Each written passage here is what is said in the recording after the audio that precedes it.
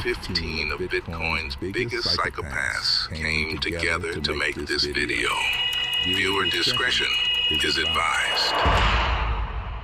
In 2009, the world witnessed the birth of something revolutionary, Bitcoin. It all started with this mysterious figure, Satoshi Nakamoto, or a group of engineers who launched Bitcoin in January 2009. With proof of work, anyone with a PC could join in the network. Satoshi mined 1 million Bitcoins in those early days.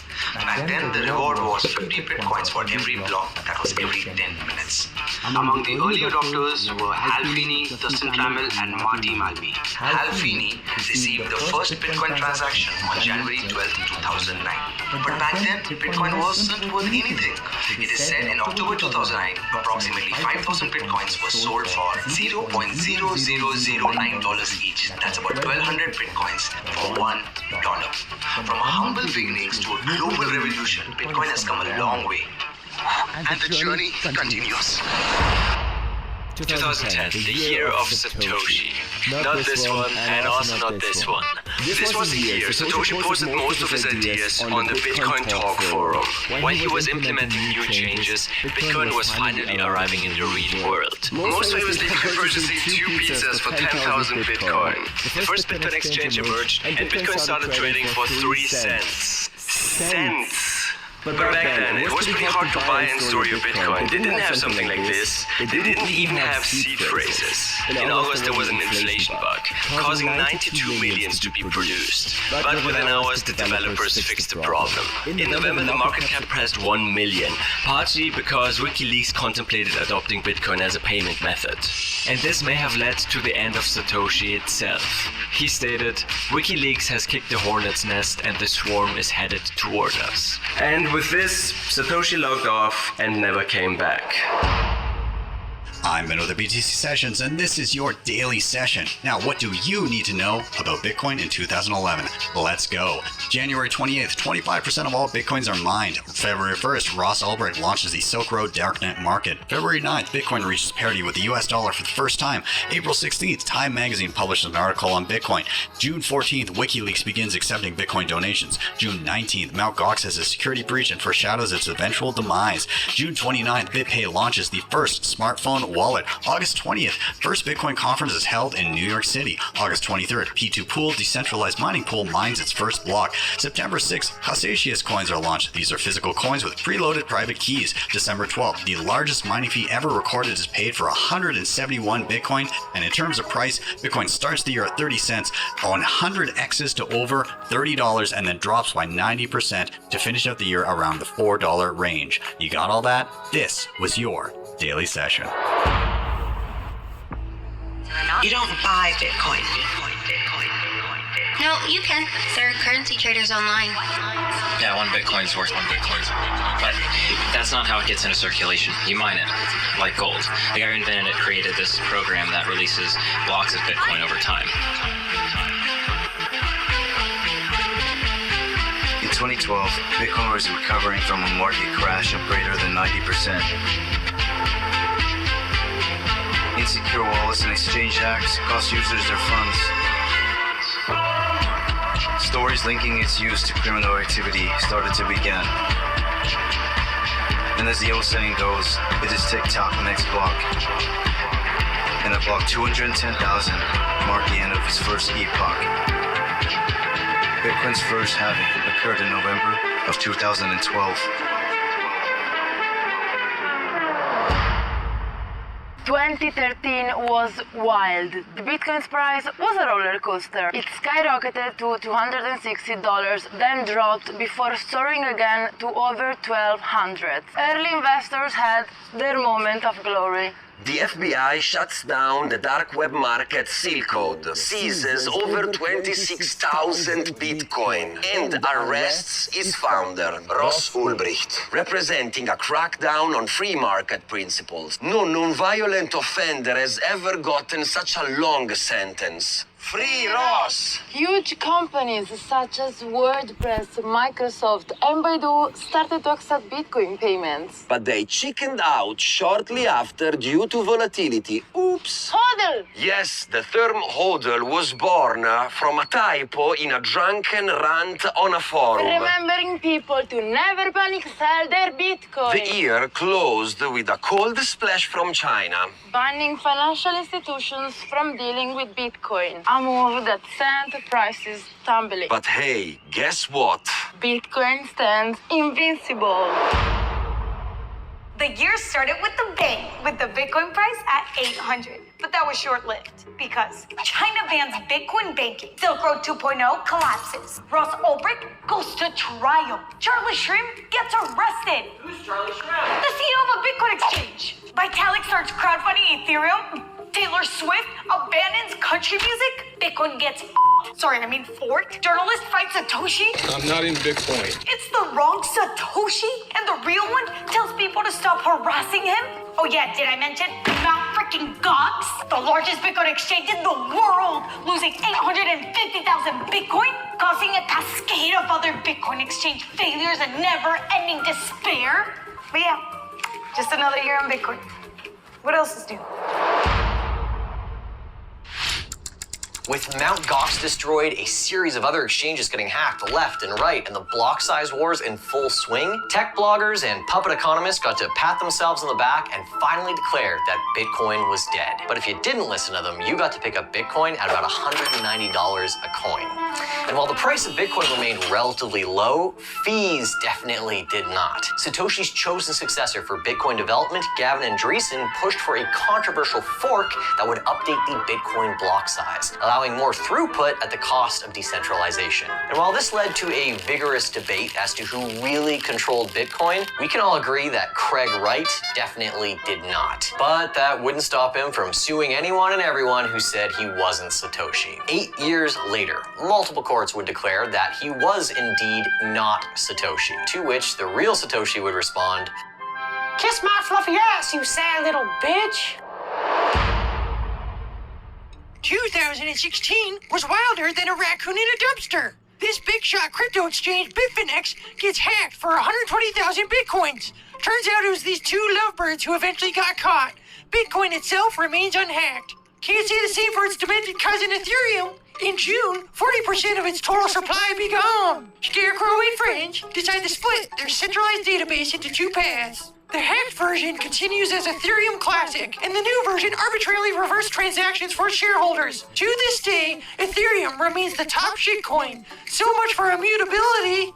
The Cabinet of Japan says, "Hey guys, Bitcoin is real money. You can fuck with it now." A Layer 2 instant payment solution called the Lightning Network is proposed, and Blockstream completes its first Lightning transaction by October. Big blockers have a hissy fit. Finally, Bitcoin's second halving cuts the supply issuance by half, spurring a total price rise of 124% by the end of the year. The S&P 500 and NASDAQ both earn less than 10%. Boo!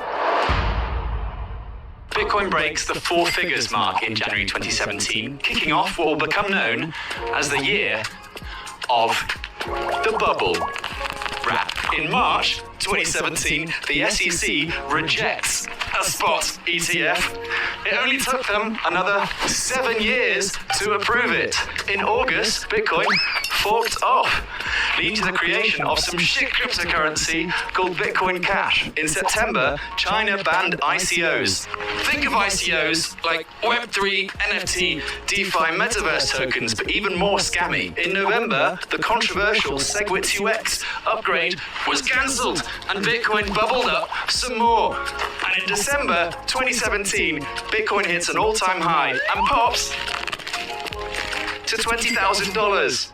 But if we believe, like they said, that 2017 is a bubble, then why does the bubble keep popping higher?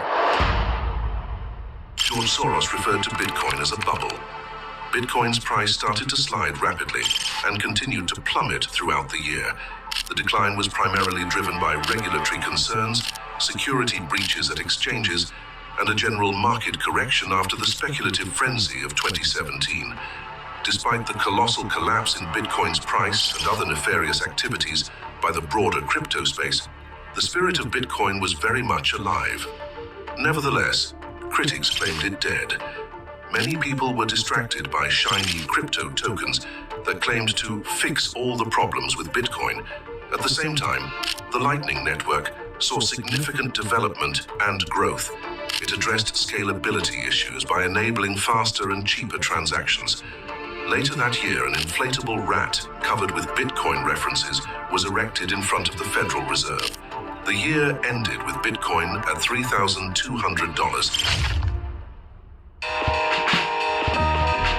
2019 was a vibe, many all-time highs. Dipping on that price till we hit 100x a hash. It's kinda hard for me to fathom that. Crook snack 7,000 Bitcoin. That's right, the Binance hack. And that price switched gears, started off at 3K.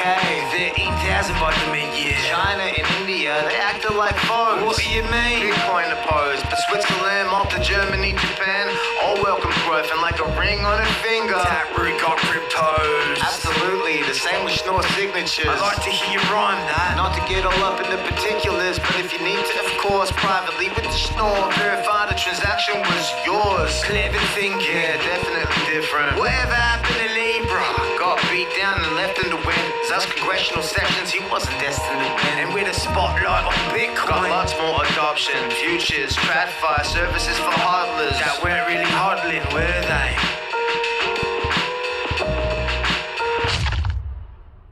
With one very spooky virus spreading around, we saw Bitcoin dump 51% in 2 days. NoCoin has made sure to let us know we are all stupid. Bitcoin is dead and on its way to zero. But of course, Bitcoin lived and nearly 8x'd before the end of the year.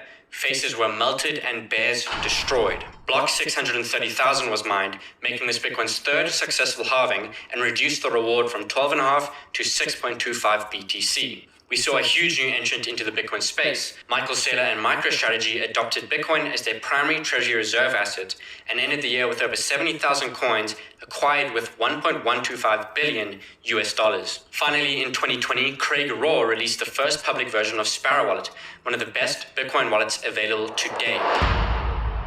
2021 was one of those unforgettable years in Bitcoin history. It starts off with Elon Musk tweeting his support for Bitcoin, all while stacking billions of dollars worth for his companies, SpaceX and Tesla. Michael Saylor makes another 100 podcast appearances, delivering one orange pill after another. China, however, have fun staying poor and decides to ban Bitcoin mining, which briefly slashes Bitcoin's hash rate and price in half. That's one of the reasons I think that we didn't hit 100K. I really believe that was a nation-state attack. But you know what ended up happening? Not only did the price recover, the hash rate recovered, all while decentralizing in the process. But within 3 months, Bitcoin bounces back to all new time highs of 69,420. Wink, wink. And thanks to the work of Bitcoiners starting their own Bitcoin circular economies, President Nayib Bukele takes notice and makes El Salvador the first country on earth to accept Bitcoin as legal tender. Unfortunately, all of Bitcoin's success attracted a new wave of scammers and rehypothecation to the space, but it gave us an important lesson. If you don't own your keys to your Bitcoin, somebody else owns you. Nico, signing out. 2022. That year was a pretty emotional one for me, as I had the chance to witness the cheapest sats I've ever seen in my Bitcoin journey.